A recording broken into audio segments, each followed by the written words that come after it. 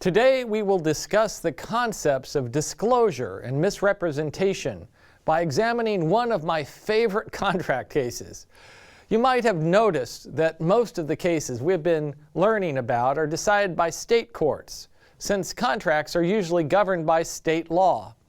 Laidlaw v. Oregon, which was decided by the United States Supreme Court in 1817, is an exception. The case has been recognized by legal scholars as a foundational case in the history of U.S. contract law, and it's been cited numerous times in law review articles, appellate briefs, and other cases. Before we review the case itself, you might have noticed that the case reading was slightly unusual. The first few paragraphs are actually summaries of the lawyer's arguments, and the court's opinion appeared only at the very end. Ingersoll was the lawyer for Laidlaw. Key was the lawyer for the defendant, Oregon. The decision at the end of the case was written by none other than Chief Justice John Marshall, who delivered it on behalf of a unanimous court. If you've taken constitutional law, you'll remember Chief Justice Marshall as the author of Marbury v. Madison. Another unusual aside, Hector Oregon's lawyer at the Supreme Court was Francis Scott Key. If that name sounds familiar, it's because Francis Scott Key composed our national anthem.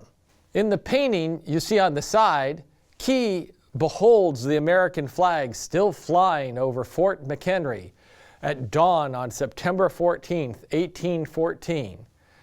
The events which inspired him to write the Star-Spangled Banner.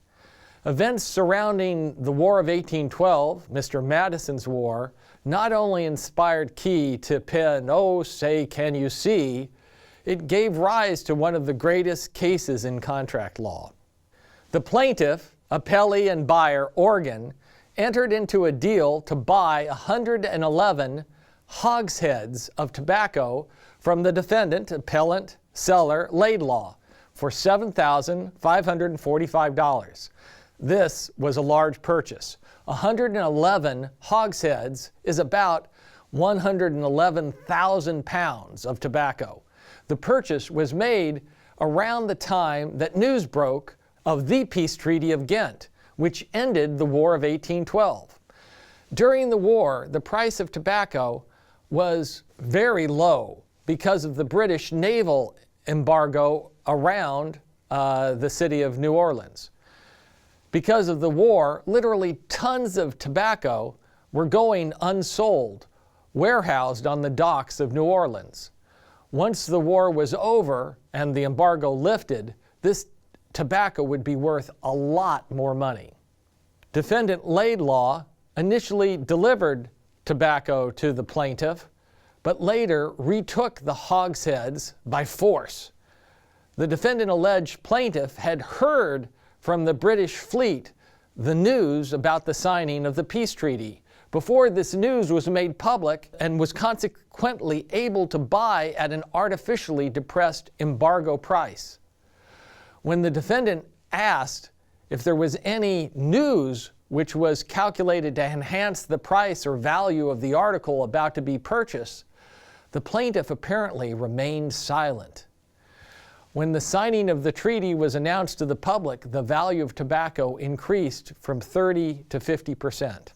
The plaintiff, the buyer, Oregon, filed suit for breach of contract to regain the tobacco or to be awarded damages. The lower court found for the plaintiff. The instant court, the U.S. Supreme Court, reversed and remanded. The main issue in this case was whether plaintiff's non-responsiveness to the defendant's question constitutes fraud. In this case, the plaintiff concealed information about the signing of the Peace Treaty of Ghent that affected the price of tobacco at which they would have contracted. Justice Marshall held that no, the suppression of information in this case did not constitute fraud. There's no duty in arm's length transactions to disclose information. However, Justice Marshall also held, quote, each party must take care not to say or do anything tending to impose upon the other. So what was the holding of Laidlaw v. Oregon? Which party won this case? There's actually a complicated answer. On the one hand, Marshall clearly states the rule that the buyer, quote, was not bound to communicate, unquote, the news that the war had ended. On the other hand, Marshall also holds that, quote, whether any imposition was practiced by the vendee upon the vendor ought to have been submitted to the jury. He remands the case on that basis. If the buyer was under no duty to disclose, what other imposition might there have been? Well, the fact that the seller asked a question and got no answer played an important role in the decision. If the question was asked, "Do you know of any news?" and the buyer answers no, that would clearly be fraud. The buyer's silence in this situation might be, though, interpreted as a yes. If you were a seller and asked that question and the buyer was silent or responded, "How about those Mets?" you might worry that the buyer had something to hide. But sometimes non-responsiveness throws the questioner off track. That's why politicians are non-responsive to so many questions. The court said that the buyer's silence in some cases might tend to impose upon other people. This is probably why the case was remanded. So, there are two main holdings of the case. First, there is no duty to disclose information in arm's length transactions.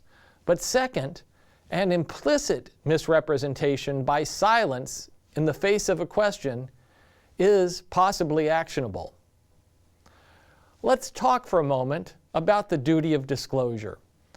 The first holding in Laidlaw, that the buyer did not have a general duty to disclose that the war had ended, was quite influential in the development of U.S. law. It was not until the second half of the 20th century that U.S. courts began recognizing a duty to disclose in arm's-length transactions, often on the heels of legislative disclosure requirements. Thus, the Ninth Circuit could write as late as 1967, quote, "Businessmen dealing at arm's length are rarely under a duty to speak," unquote. Today, courts are more willing to recognize a duty to disclose in arm's-length transactions. Section 161 of the Restatement states the conditions where a person's non-disclosure of a fact can be treated as the fact not existing at all. One of the conditions is where disclosure of the fact would correct a mistake of the other party as to a basic assumption of the contract.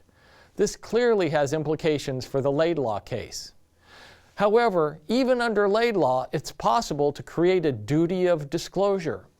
Laidlaw teaches that by asking a question, one party can create for the other party a duty to disclose.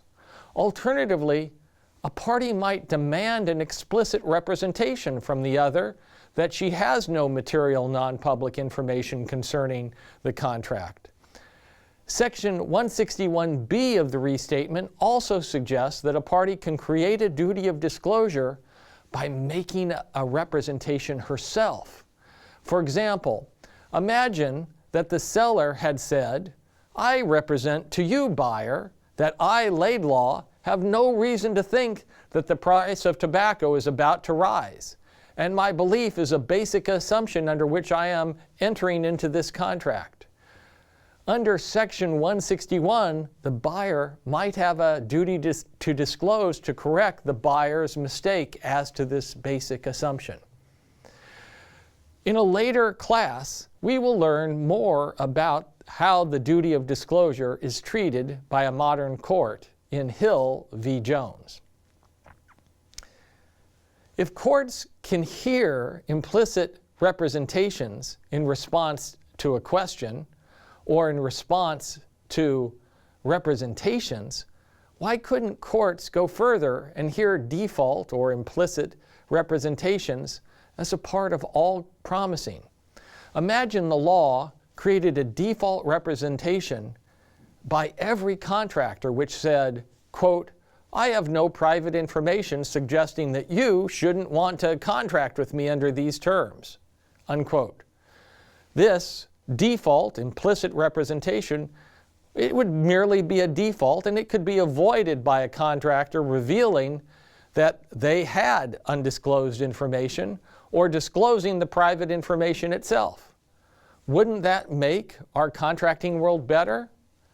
Why make worried sellers ask questions or make their own representations? Well, one reason we might not want that kind of a default disclosure requirement is because we don't want to discourage people like Oregon from going out and discovering the value of things. Anthony Kronman pointed out that the law should distinguish between casually acquired information and information that is deliberately acquired through the active effort of an individual. If the law requires contractors to reveal private information, especially about the value of goods, the disclosure duty might very well blunt the incentive for individuals to go out and find the value of things. Value discovery effort provides benefits for society. Stock market prices might be a lot less accurate under such a disclosure default. So it might make sense to require the other side to do something more, in effect, to bargain for this private information. To summarize, Laidlaw introduced the idea that there's no duty to disclose in arm's-length negotiations.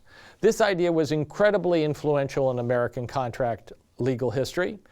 It was only until recently that courts have imposed a duty of disclosure in certain circumstances. In addition, Laidlaw also introduced the idea that silence in the face of a question could constitute an actionable implicit misrepresentation. Finally, we've learned that by making a representation, you might be able to create a disclosure duty on the other side to correct your mistake. We will later on examine the duty of disclosure and the concept of misrepresentation in much greater detail in the next few lessons.